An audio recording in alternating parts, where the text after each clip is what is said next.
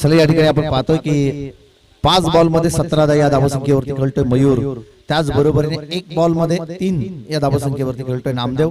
नामदेव आता आपण पाहतोय ऑन स्ट्राइक वरती असेल. फटका फसला, विकेट मिळण्याची शक्यता आणि पंचांनी बोट आकाशाकडे आणि महत्वाची विकेट. फलंदाज सलामीला आलेला Namdev. Back to the dugout.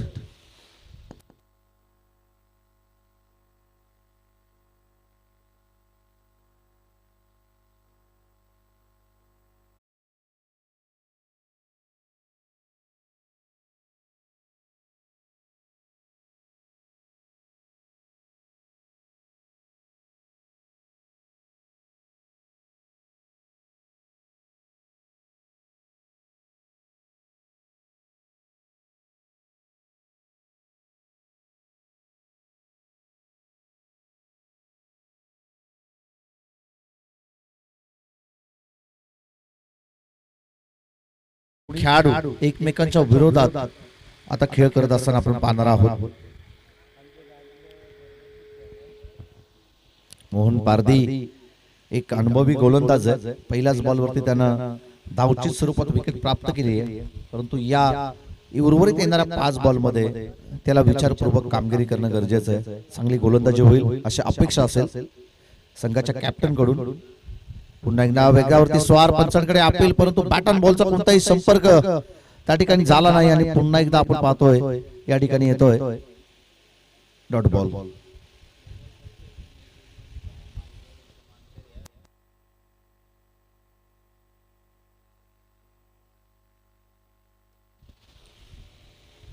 Mohan Pardhi bowling track वरती तयार आहे.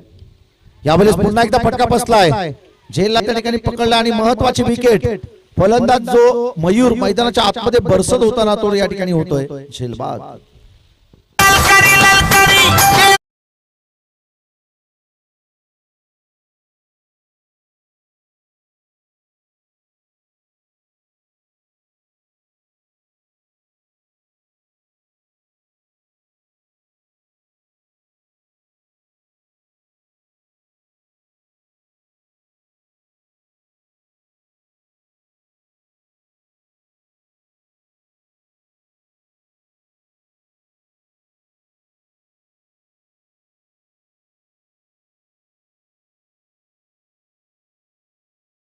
फलंदाज आपण पाहतोय की प्रकाश पारधी मैदानाच्या आतमध्ये दाखल झालाय.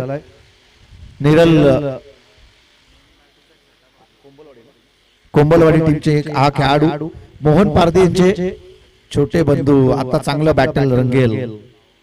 भावांमध्ये हे युद्ध मैदानाच्या आतमध्ये आपण पाहणार आहोत. युद्धात आणि कोणत्याही क्षेत्रात भाऊ जरी भाऊच्या विरोधात असला तरी तो शत्रूच असतो. आता इथून आक्रमण केलं जाईल की आपण पाहतोय की गोलंदाज मोहन पारधी या मॅच मध्ये हवी ठरेल.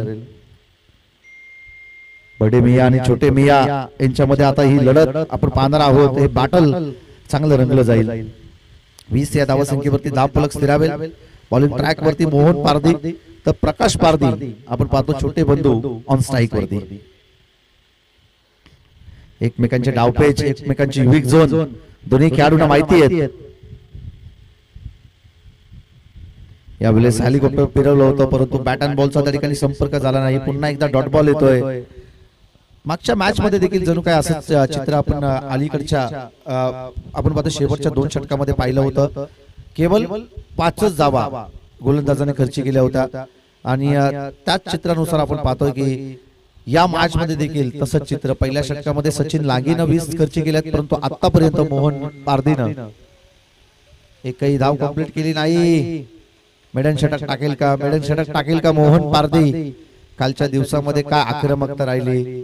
मोपाडावाडी टीमचा फलंदाज शुभम नाईकनं लगातारच्या 2 मॅच मध्ये 50 त्याने कंप्लीट केल्या. 3 षटकामध्ये होत्या एकूणच 40 धावा आणि तदनंतर 103 धावसंख्येपर्यंत मजल मारली त्यांच्या संघाने. आणि शुभम नाईकने 11 बॉल मध्ये 52 धावसंख्येची मॅरेथॉन इनिंग खेळली. व्हाईट बॉलचा पंचांचा इशारा. एक्स्ट्राची धाव या ठिकाणी लागली जाईल. शेवटचा चेंडूचा खेळ या ठिकाणी अजूनही बाकी आहे. खातं ओपन केलं नाही प्रकाशनं. 2 चेंडूला त्याने फेस करत आपण पाहतोय की 0 या धावसंख्येवरती तो खेळतोय. 2 विकेट या ठिकाणी गमावल्यात. दर्श 11 सुधागड या टीमने 21 या धावसंख्येवरती धाव फलक स्थिरावेल.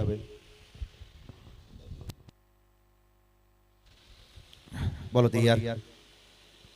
परंतु हा चांगला फटका क्षेत्ररक्षक आहे झेलला पकडलं आणि फलंदाज या ठिकाणी प्रकाश पारदी या चेंडूवरती होतोय झेलबाद.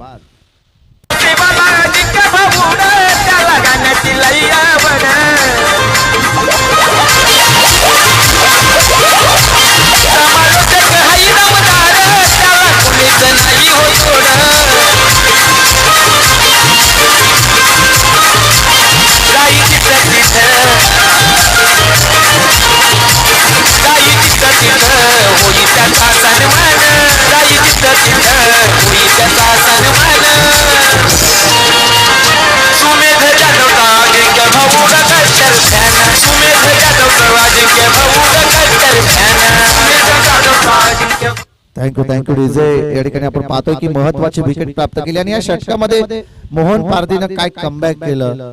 यू टर्न देणारी त्याची गोलंदाजी आपण पाहिली. धावसंख्येचा ओघ होता, धावा येत होत्या आणि असं वाटलं होतं की धावा अगदी धावसंख्येचा उच्चांक गाठला जाईल, परंतु तसं नाही. आपण पाहतोय हॅलो आपण पाहतोय हॅलो हॅलो चिक चिक चिक चिक. या ठिकाणी आपण पाहतोय की मोहन पारदीचं हे षटक केवळ त्यानं एकच धाव खर्च केल्याने 2 विकेट त्यानं त्या ठिकाणी प्राप्त केलं.